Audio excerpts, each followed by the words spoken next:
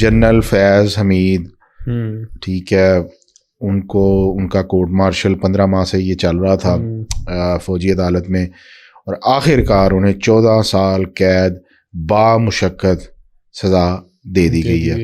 Last tenure میں جب Nawaz Sharif government تھی تو یہ پہلی دفعہ ہوا تھا کہ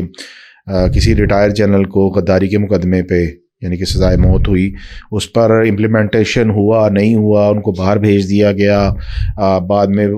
وہاں پر ان کی یعنی کہ جو بھی ہے یعنی کہ وہ اللہ کو پیارے ہو گئے اور ان کی ڈیڈ باڈی واپس آئی، وہ الگ ایشو ہے کہ اس کی امپلیمنٹیشن کس حد تک ہوئی۔ یہ بھی تھا کہ جس جج نے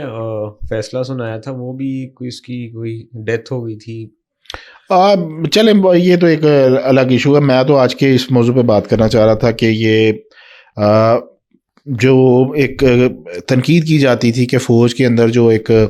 اکاؤنٹیبلٹی ہے اور حدود سے تجاوز جو کیا جاتا ہے کئی معاملات کے اندر، خاص طور پر جو آئینی معاملات ہیں اور سیاست میں جو انوالومنٹ ہے اس حوالے سے، تو وہ کوئی خاص کیا نہیں جاتا۔ تو یہ ISI چیف کو 14 سال قید بامشقت دے دی گئی ہے۔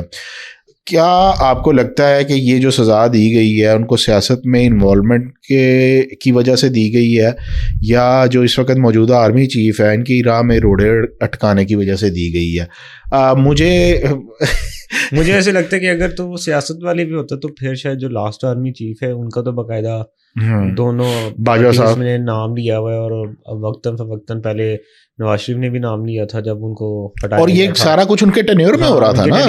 اور فیض حمید صاحب جو کر رہے تھے ان کو بھی پرائم منسٹرشپ سے جانا پڑا، تو انہوں نے بھی کہا کہ یہ تو باجوہ صاحب سارا کچھ کہہ رہے تھے، تو اگر تو لانے والے بھی باجوہ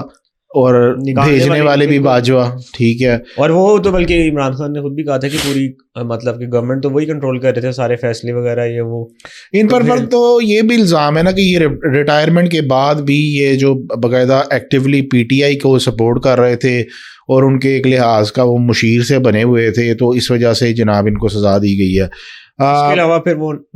ابھی تو 9 مئی کا بھی جو ہے وہ بھی ان کے اوپر کیس چل رہا ہے۔ ہاں جی یہ تو 4 غالباً ان پر جو تھے چارجز تھے جن کا یہ فیصلہ آیا، اور اس کے بعد جو ہے ان کے پاس اپیل کا بھی حق ہے